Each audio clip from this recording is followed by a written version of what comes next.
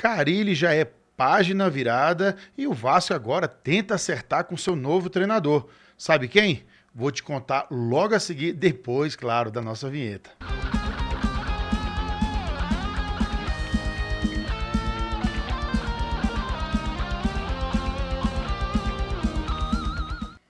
Um enorme abraço, meus amigos e minhas amigas vascaínos e vascaínas de todo o Brasil, de todo o universo, do mundo inteiro.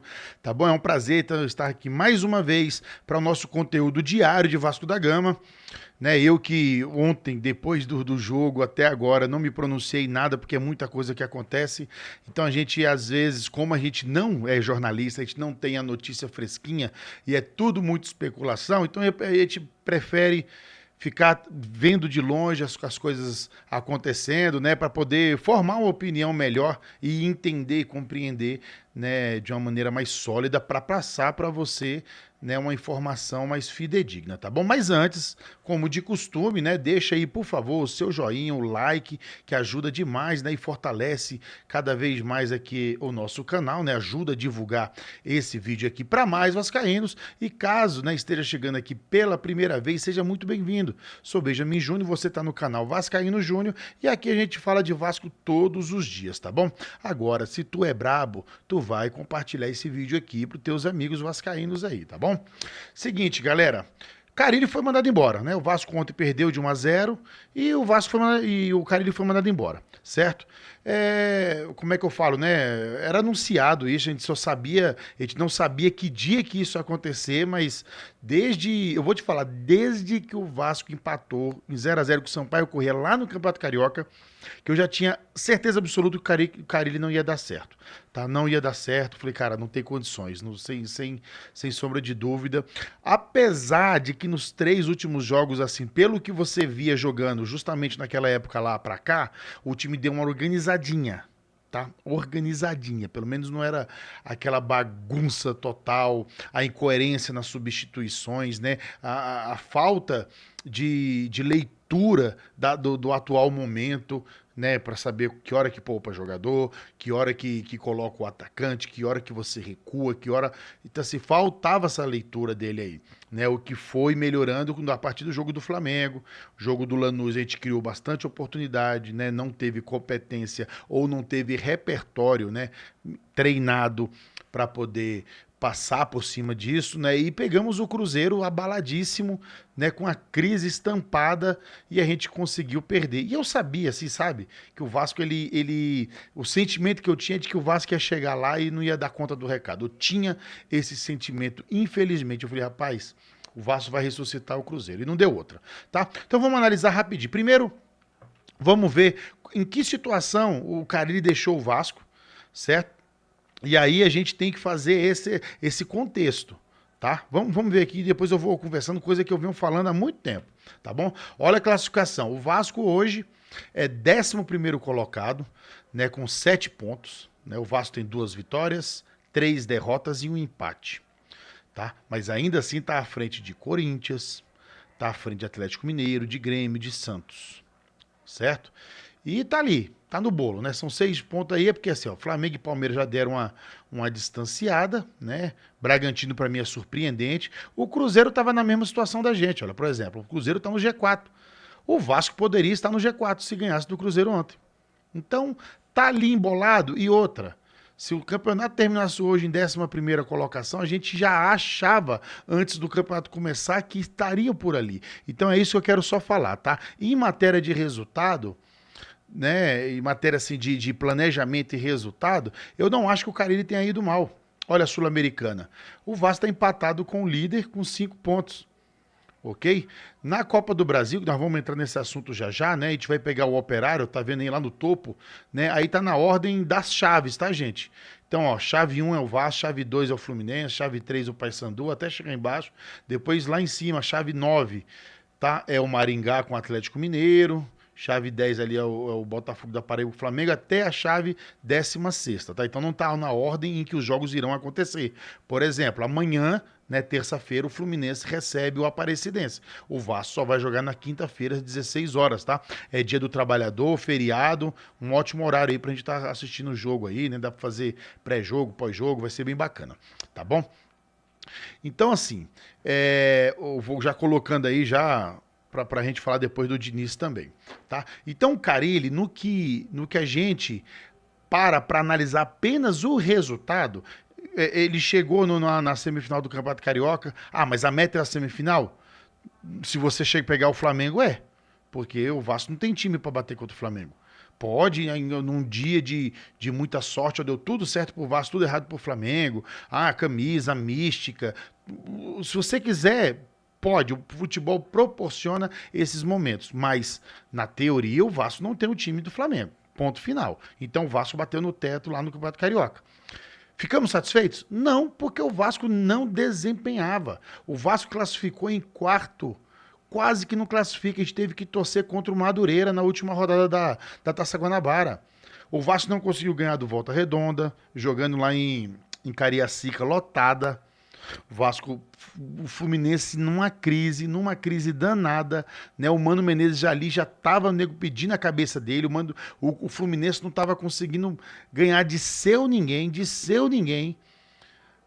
Aí o Vasco veio aqui em Brasília, fez 1-0, depois foi um jogo pavoroso, um jogo covarde, e a gente já via ali. Depois não conseguiu ganhar ainda do Sampaio Correia, né? E a gente ficou empacado naquilo ali, né? Perdemos pro Flamengo, e aí conseguimos ganhar de um Botafogo, também outro time que estava arrasadíssimo, sem treinador.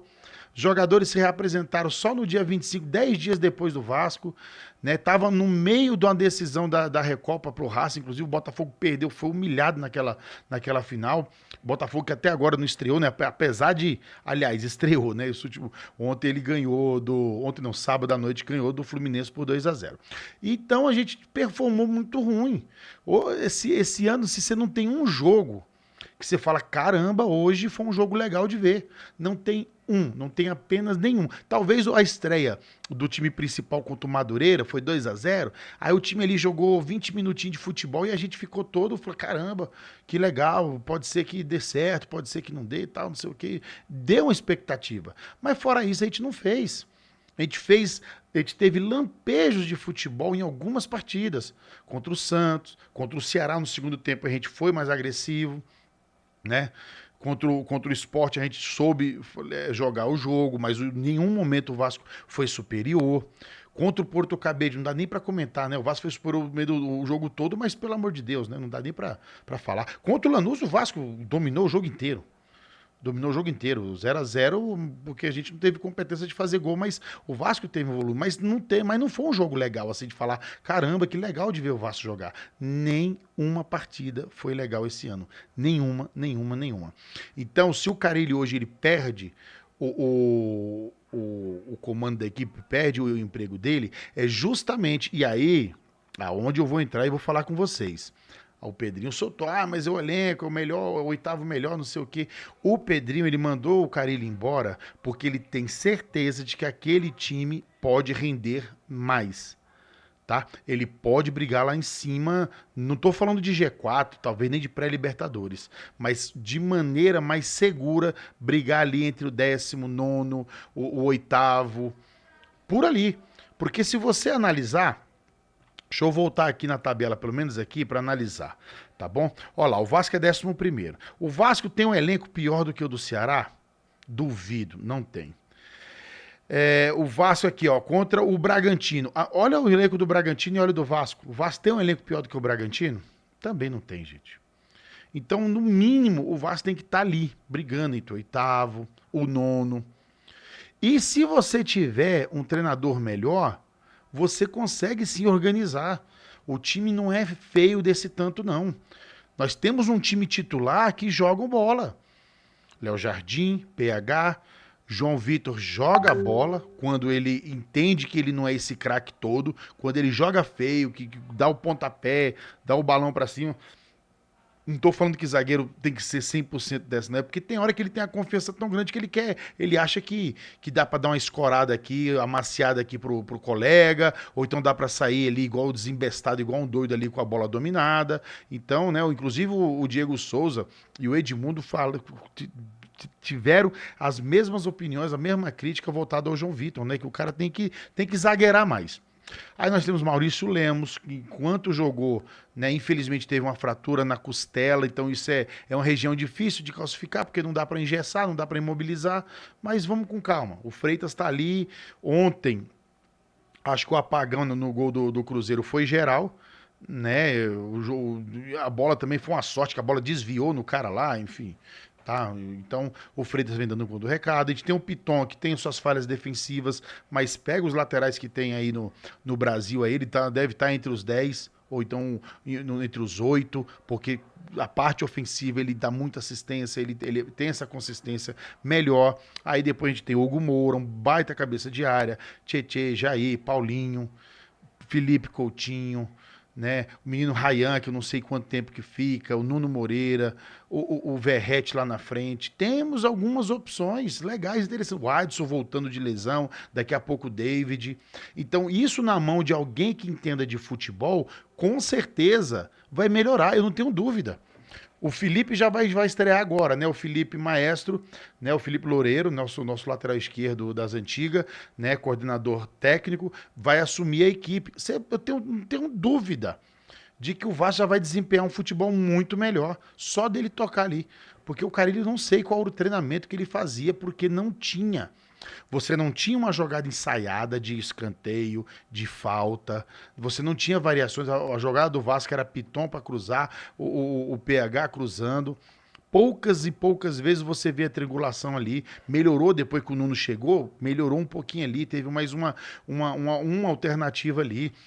No último jogo, né, até contra o Lanús, né, não de ontem, o Lanús tava ali o PH junto com o Jair e o Rayan fazendo essa triangulação também, dando mais profundidade e envolvendo os marcadores, né, no toque de bola rápido, né, ousado, que é isso que o Vasco tem que fazer. Mas quando fizer isso, outro problema do Carille, fazia essas triangulações, ficava um buraco no meio campo, então tem que ter essa cobertura. O time tem que estar mais envolvido em todos os lances, né? Se tem um lá atacando, o outro vem aqui para cobrir. E, né, mas o meu lateral ele vai tentar driblar, tem que ter um na sobra. Então, esses detalhes que a gente desde criança escuta, né, ouve-se falar, o Fernando Diniz faz muito melhor, tá? Então, o Carille, é isso que eu tinha falado do Carille. Eu vou até apagar a imagem do Carille aqui, que ele não vai voltar mais para esse vídeo, não. Pronto, tchau, Carille. Vá com Deus, boa sorte. Não tenho nada contra a pessoa do Carille, tá bom? Mas o Vasco tá negociando com esse cara aí, tá? Vamos trazer uma matéria aqui, que é do RTI Esporte, rapidinho para vocês, tá? Antes de mais nada, o retorno de Fernando Diniz ao Vasco da Gama está muito próximo de ser oficializado. Aos 51 anos, o treinador, que teve rápida passagem por São Januário entre setembro e novembro de 2021, desponta como preferido da diretoria para assumir o cargo. O Vasco busca um substituto para Fábio Carille, demitido após a derrota de 1-0 para o Cruzeiro. Fernando Diniz aceitou reduzir significativamente o salário em relação ao que recebia no Cruzeiro para fechar com o Vasco. No entanto, ainda falta resolver um ponto crucial, a montagem da comissão técnica. O treinador pretende trabalhar ao lado de profissionais que já conhece e que confia, mas ainda há indefinições. 2 nomes aparecem como peças-chave. Um deles é Eduardo Barros, que esteve com Fernando Diniz em projetos anteriores. Recentemente, Barros comandou o Amazonas Futebol Clube, onde acumulou apenas 2 vitórias em 11 partidas. Seu último jogo à frente da equipe foi no dia 17 de abril, na derrota de 3-1 para o América Mineiro, em Belo Horizonte. Eduardo Barros acabou demitido na sequência e agora avalia o convite para ser auxiliado técnico no Vasco. Sua contratação ainda depende de ajustes finais. Por outro lado, Wagner Bertelli está confirmado e deverá acompanhar Diniz em mais essa oportunidade profissional. A principal lacuna, no entanto, está no setor físico. Marcos Seixas, primeira opção para a preparação física, recusou a proposta feita pelo Vasco. O profissional fechou recentemente com o América do México e não pretende retornar ao Brasil nesse momento. Por fim, enquanto a comissão técnica não é totalmente definida, quem comandará a equipe no próxima partida será o interino Felipe Loureiro. O Vasco enfrentou o Operário na quinta-feira, 1º de maio, pela terceira rodada da Copa do Brasil. Já na estreia de Fernando Diniz, à frente, o time pode acontecer no domingo, 4 de maio, em duelo contra o Palmeiras aqui em Brasília, tá? Então tá bem quente, né? As opções aí, o Lucas Pedrosa também trouxe isso, fazendo ali eliminando, né? Tudo que tá tendo de especulação aí, né? E o nome que parece ser consenso é o do Fernando Diniz. Fernando Diniz que depois que ganhou a Libertadores com o Fluminense, só vem acumulando insucessos, né, para te falar a verdade. Né, veio para a seleção brasileira, fracasso retumbante. O Fluminense no passado teve um início de temporada terrível, até ele ser mandado embora, vinha o Mano Menezes, mas o Fluminense ele estava terrível, quase que rebaixou, quase. Muito por conta do Fernando Diniz. Foi pro Cruzeiro, não melhorou, perdeu a final da Sul-Americana. Né? Aí chegou a ser mandado embora do Cruzeiro no passado, aí desmentiram, ficou, e aí fez a pré-temporada, chegou no Cruzeiro agora também, não conseguiu emplacar nada no Cruzeiro. O que eu posso falar? Né? Que assim, o Fluminense ele melhorou depois que o Fernando Diniz saiu? Quase nada. O Mano pegou, deu uma organizadinha ali, que o time já iria se organizar, acredito, e terminou terrivelmente, né? Perdendo para Criciúma dentro de casa, Cuiabá. Foi um Deus nos acuda, né? Coração do torcedor tricolor foi lá. E quanto o Cruzeiro, tanto que não melhorou, que aí tá uma draga também. Conseguiu ganhar do Vasco, o Vasco veio com Carille aí de uma maneira muito desorganizada, sem agressividade, né? Aquela água de salsicha, né? Não fere ninguém, né? Aquela coisa mole, né? Então vejo sim com bons olhos. Eu acho que sim que o Vasco melhora com o Fernando Diniz. Não é para você se empolgar e achar que o Vasco vai para as cabeças, que agora sim. Pode ser, pode acontecer, tá? Mas pelas características dos jogadores do Vasco, o estilo de jogo do Diniz, a gente tem que preparar nosso coração. Porque o Vasco esse ano foi um show de falhas individuais, que também deve ser pontuada. Às vezes essas falhas pela sobrecarga, né, pela pressão que o esquema tático do treinador deixa. Então você acaba desprotegendo os seus jogadores, inclusive os mais frágeis. Quem joga mais atrás, que é zagueiro, sempre eles são mais grosso, ele não tem essa técnica refinada como os jogadores de meio. Então você pede para os caras sair jogando, é judiação. Tá? Então o Fernando Diniz tem por essa característica, ele é convicto de que isso é que é futebol e quando dá certo é muito bonito de se ver, ok? E eu acho legal, eu acho que eu tô doido, assim, eu peço há 1000 anos, cara. Nem quando o próprio Diniz esteve no Vasco em 2021 a gente via isso, né? Que o Vasco propõe o jogo, mas que massacre, que todo jogo tenha 20, 25 finalizações, tá? Isso é o que a gente quer, o que a gente procura. E eu acho que o Diniz ele vai tentar isso e vai melhorar o time do Vasco com certeza, tá? Vai ser o suficiente pra gente ficar tranquilo? Isso eu não sei, tá? O trabalho pode encaixar ou não pode, mas igual do Carille não tinha jeito, né? Qualquer coisa melhor do que o Fábio Carille, tá bom? E você o que acha? Fernando Diniz é a solução? Você acha que o Vasco faz bem, né? Por enquanto não tem nada certo, mas as conversas são quentes, né? As conversas aqui estão bem avantajadas, já falando de comissão técnica, falando que estreia domingo, enfim, então tá bem quente. Vou até atualizar aqui, porque às vezes a gente tá gravando aqui, demora tanto tempo para gravar, quando você vai ver, já deu, né? Entendeu? Então tá aqui, ó, a última aqui que saiu 8h27, ó, exatamente nesse minuto. Admiração por Pedrinho e vontade de ficar no Rio pode ser diferenciais para que Fernando Diniz, né, feche com o Vasco, né? Isso aqui é do André Hernan, ok? Um jornalista, né, também aí bem influente. O Vasco fez contatos com o Fernando Diniz nas últimas horas. O treinador gosta do clube, tem admiração pelo presidente Pedrinho. Um projeto esportivo com uma gestão parceria que jogue junto com o treinador pode ser diferencial para avançar nas conversas. Diniz gosta da ideia de permanecer no Rio, né? E o Vasco tem a concorrência do Santos também que buscou o treinador. Vamos ver aí, gente.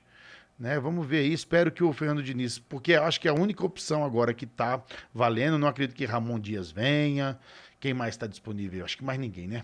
Então é isso, tá? Se você não deixou o like, aproveita aí, vê se tá aí, deixa o like, dá uma olhadinha também se não tá inscrito, cara, que às vezes o YouTube tem disso, né? Ele vai, te desinscreve aí sem querer, tá bom? Fiquem com Deus aí, até amanhã, quem sabe, com o martelo batido em relação ao novo técnico, tá bom? Tchau, tchau, a gente vai se falando.